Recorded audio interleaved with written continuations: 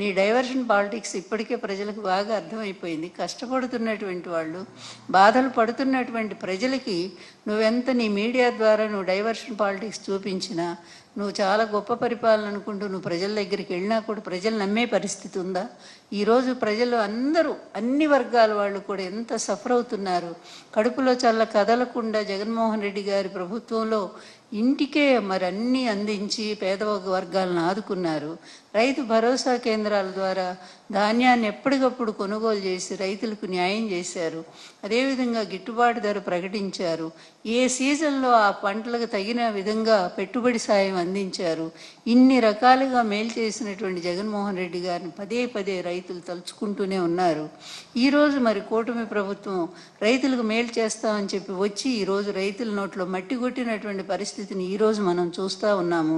నిజంగా ఎంత గొప్పదంటే జగన్మోహన్ రెడ్డి గారి ప్రభుత్వం ఆ రోజుల్లో వాళ్ళకి ఆఖరికి లేబరు, గన్ని సంచులు, ఏది ధాన్యం కొనుగోలు నాడు ఒక పారదర్శకంగా ఎవ్వరు మధ్యవర్తులు లేకుండా సరాసరి ప్రభుత్వమే రైతుల దగ్గరికి వెళ్ళి టన్ను అంటే క్వింటాలు 1725 రూపాయలు ప్రకటించి మొత్తం డబ్బు వాళ్ళకి ఇవ్వటమే.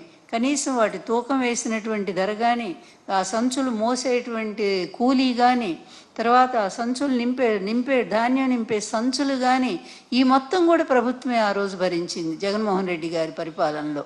అంత పరిపాలించిన దాన్ని అంత ప్రభుత్వం సాయం అందించినప్పుడు అంటే వీళ్ళకి అదనంగా కూడా ఇంకా దాదాపుగా ఇది ధాన్యం 25 కిలోమీటర్ల రవాణా కోసం 468 రూపాయలు, టన్ను ధాన్యం గోని సంచులకి 85 రూపాయలు, మరి హమాలీలకేమో 220 రూపాయలు, ధాన్యం 25 కిలోమీటర్ల రవాణా 468, అన్నీ కలుపుకుంటే ఒక్కో టన్నుకి 2523 చొప్పున జిఎల్టీ రూపంలో రైతుల కోసం ఆ రోజు ఖర్చు చేయటం జరిగింది. ఈ విధంగా ఏ ప్రభుత్వమైనా ఎప్పుడైనా రైతుకి ఇంత మేలు చేయగలిగిందంటే ఎప్పుడూ లేదు. అదేవిధంగా కల్లాల నుంచి ధాన్యాన్ని తరలించేందుకు ఇబ్బంది లేకుండా ప్రతి జిల్లాకు 1 కోటి రూపాయల కార్బన్ ఫండ్ కూడా ఏర్పాటు చేయటం జరిగింది. అంటే రైతుని ఎంత కళ్ళల్లో పెట్టుకొని జగన్మోహన్ రెడ్డి గారి ప్రభుత్వం కాపాడుకుందో మనం కళ్ళారా చూసాం. ఈరోజు అసలు ఈ ప్రభుత్వం ఏ రైతునైనా పట్టించుకుంటా ఉందా?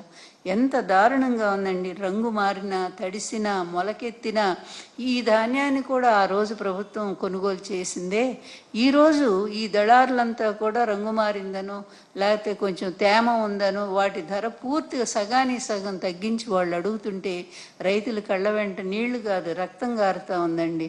ఏనాడు నీ ముల్లుగర్ర నేలగొడనో ఆనాడు భూమి సర్వం నాశనం అవుతుందని చెప్పి ఈ కమ్యూనిస్టులు పెద్ద పెద్ద పాటలు రాసుకున్నారు ఈ రైతుల మీద.